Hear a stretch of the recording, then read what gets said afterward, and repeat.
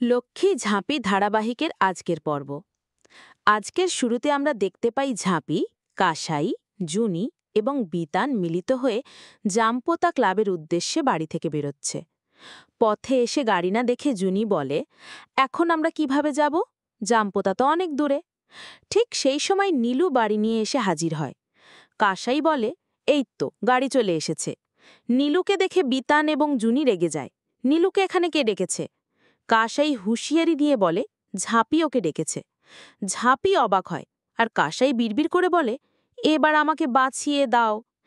এরপর বিতান এবং জুনি ঝাঁপিকে বকাঝকা করে, তুই জানিস না দত্তবাড়ির সাথে আমাদের শত্রুতা কতটা?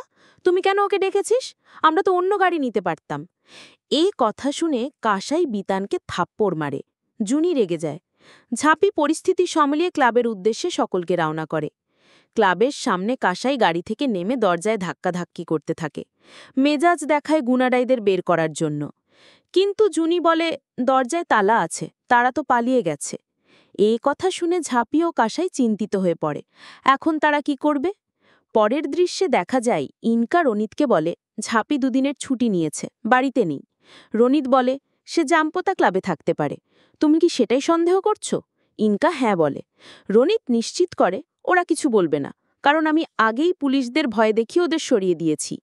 ইনকা চলে গেলে রনিত ঝাঁপিকে উদ্দেশ্য করে বলে, শুধু তোকে পাওয়ার জন্য আমি এত কিছু করছি।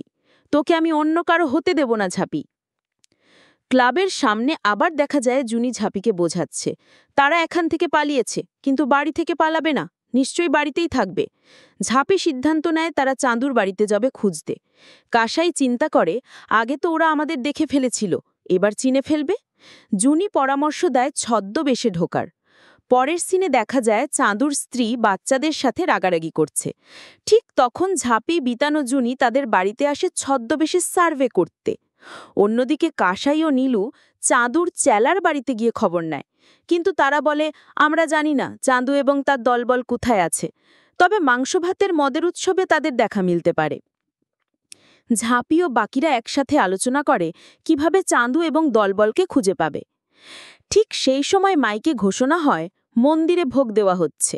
ঝাঁপির মাথায় আসে বুদ্ধি, তারা ভোগের মাধ্যমে চাঁদু এবং তার দলবলকে মন্দিরে নিয়ে আসবে। ঝাঁপি বলেন, এতে অনেক খরচ হবে। কাসাই বলে, সমস্যা নেই, দত্তবাড়ির নীলু দত্তও আমি খরচ দেব। জুনি ও বিতান কাসাইয়ের ওপর সন্দেহ করে। বিতান প্রশ্ন করে, তুমি হঠাৎ এমন করলে কেন? কাসাই বলে, ভোগ দিতে হলে নাম দিতে হবে, ঝাঁপি ও দাদা ভাইয়ের নাম নিতে পারি না, তাই এমন নাম দিলাম। পরের সিনে দেখা যায় ঝাঁপি ও বাকিরা ছদ্মবেশে মন্দিরে উপস্থিত ভোগের জন্য প্রার্থনা করছে। কাসাই প্রার্থনা করছে যাতে ভবিষ্যতে নীলু সঙ্গে নিয়ে পুজো দিতে পারে। ভোগ শেষে কাসাই ঠাকুরমশাইয়ের কাছ থেকে অনুমতি নেয় বিতরণের। বিতান মাইকে ঘোষণা শুরু করে। ঝাঁপি মনে মনে ভাবছে, যাদের জন্য আয়োজন করেছে তারা আসবে তো? শেষ সিনে দেখা যায় চাঁদু ও তার দলবল গোডাউনে ঘুমোচ্ছে। মাইকের ঘোষণা শুনে একজন দলবল ঘুম থেকে জেগে সবাইকে জাগায়। মাংস ভাতের কথা শুনে দলবল খুশি হয়ে মন্দিরে যাওয়ার সিদ্ধান্ত নেয়।